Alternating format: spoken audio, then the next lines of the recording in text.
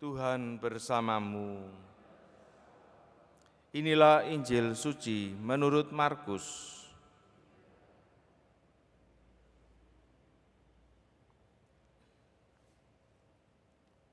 Sesudah Yohanes Pembaptis ditangkap, datanglah Yesus ke Galilea memberitakan Injil Allah. Yesus memberitakan, waktunya sudah genap, kerajaan Allah sudah dekat.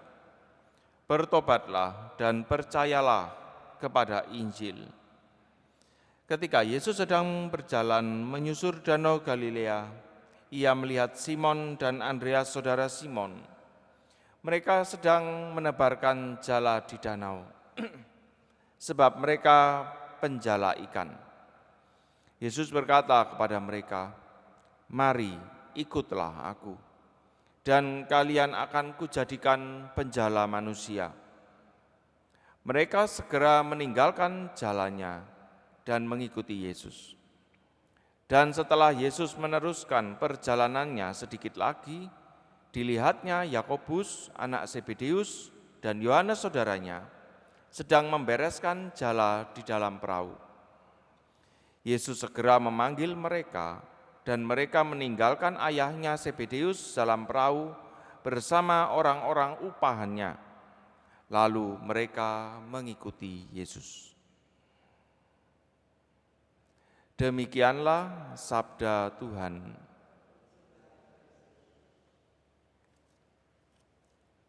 Mari, ikutilah aku, dan kalian akan kujadikan penjala manusia.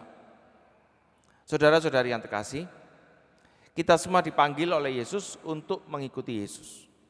Dan kita semua yang telah dibaptis ini diberi tugas oleh Yesus untuk menjadi penjala manusia. Artinya apa? Artinya kita ditugaskan untuk menjala sesama kita supaya dekat dengan Yesus. Dan cara menjalanya bagaimana? Pertama dengan doa. Doa adalah hal penting supaya kita bisa melakukan karya Allah, yakni menjala orang supaya dekat dengan Tuhan. Kemudian hal sehari-hari, mungkin ada yang menjadi DPP, BGKP, ada yang menjadi ketua lingkungan, ASIM, katekis, semua hal yang bisa kita lakukan dalam hidup kita sehari-hari, petugas liturgi, karya amal kasih.